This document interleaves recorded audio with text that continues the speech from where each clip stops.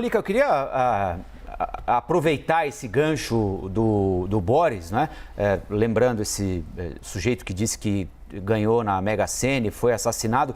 Nós somos uma sociedade violenta, né? Forjada na violência. Essa história de que o Brasil, um país pacífico, um povo pacífico, né? Não combina com o que a gente observa na história do país desde o descobrimento, né? E a violência está exposta em qualquer segmento da sociedade, né? Está exposta no esporte, está exposta no dia a dia, né? Então, você não pode usar a camisa do Botafogo se no dia tiver jogo do Flamengo no Rio de Janeiro. A Polícia de São Paulo recomenda, né, por violência, né? Antes fosse só por outra razão. Você não pode, a Polícia de São Paulo, por exemplo, diz: não use telefone celular na Avenida Paulista porque é perigoso, alguém pode te assaltar. Então você não pode usar o celular na Avenida Paulista. Então você não pode dizer para quem você torce, você não pode ter um carro assim ou assado, se andar com o carro com o vidro aberto, você que vacilou, se for vítima de violência, se roubarem teu celular, você que vacilou, né? Então, assim, a violência tem em todo lugar e está na política também, né? Então a gente está falando de uma vida violenta em todos os aspectos e a política está inserida nisso ou tem alguma coisa especial na política que a gente não vê em outros aspectos da nossa vida? Bem, vamos lá, são duas questões aí, meia hora aí, por favor, mas vamos lá. Primeiro, o Brasil é um país violento. O Brasil foi construído com a maior das violências, a escravidão. Às vezes eu costumo dizer que o Brasil é uma escravocracia. A escravidão é algo inominável. Você pegar do direito ao corpo de uma outra pessoa, você podia fazer o que quisesse com aquela outra pessoa. Então, a sociedade brasileira foi construída com base na escravidão. Então, era legal você pegar um ser humano e chicoteá-lo em praça pública. Então, é isso, você tinha dono, aquela pessoa pertencia a alguém. Então, não há violência maior do que isso. E o Brasil, a tortura daqueles corpos era legalizada. Então, isso é muito grave. Isso é um ponto geral da violência da sociedade brasileira, que também tem a ver com desigualdade, com pobreza, tudo isso são fatores de violência. Mas agora vamos para a violência política, né? Senão a gente fica... É bom separá-la, porque a violência política ela é delimitada.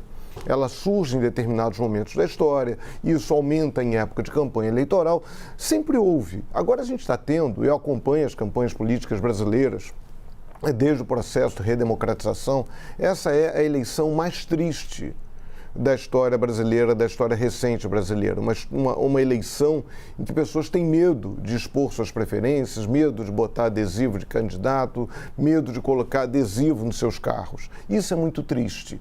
E isso tem razão, a pesquisa mostra isso. Claro, você fala... Teve uma vez que a campanha do Collor reclamou que tinha um comício do Collor no Sul e foi atacado por petistas. Houve momentos, rusgas daqui, de lá para cá, mas dessa vez está muito claro. Existe um componente, quando a gente fala em polarização, a gente tem que ter cuidado para não dar pesos iguais a situações diferentes. O bolsonarismo é sim responsável por isso. É uma campanha em que, desde 2018, o principal líder dessa corrente política faz como símbolo de campanha um gesto com os dedos imitando uma arma. É um político que, ao longo de sua carreira, falou que era preciso ter uma revolução, uma guerra civil no Brasil que tivesse 30 mil mortos, inclusive inocentes. E o primeiro morto deveria ser o então presidente, Fernando Henrique Cardoso. É um político que, em 2018, falou em fuzilar a petralhada.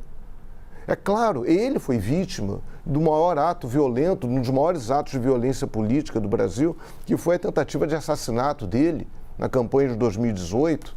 E aí, enfim, um ato que foi cometido, um crime gravíssimo, cometido por um desequilibrado mental. Mas aí os partidários do Bolsonaro começaram a frisar o fato daquele sujeito, né, o Adélio, ter sido filiado ao PSOL. Mas, enfim, se filiar, qualquer um pode se filiar a qualquer partido político. Ele não tinha vida partidária, ele não era um membro orgânico do partido.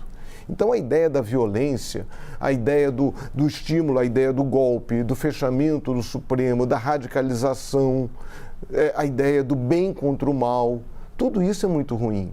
Então, existe sim uma responsabilidade, a gente não vê da parte do presidente da República, uma tentativa de acalmar, porque uma coisa é o que o político fala, outra coisa é que o cara lá na ponta ouve e o que ele faz. Em 2018 já houve a morte, já foi o assassinato daquele capoeirista, o Moa do Catindê, lá na Bahia. Esse ano já houve 2 assassinatos e as vítimas, ambas as vítimas simpatizantes do petismo, do PT, do Lula, e ambos os assassinos, acusados pelo assassinato, são bolsonaristas. A gente viu ontem aquelas imagens do carro lá no Rio Grande do Sul batendo na vereadora, o carro batendo propositadamente no carro onde estava a vereadora. Então, aqui no Rio teve um atentado à bomba, uma bomba caseira no comício do Lula.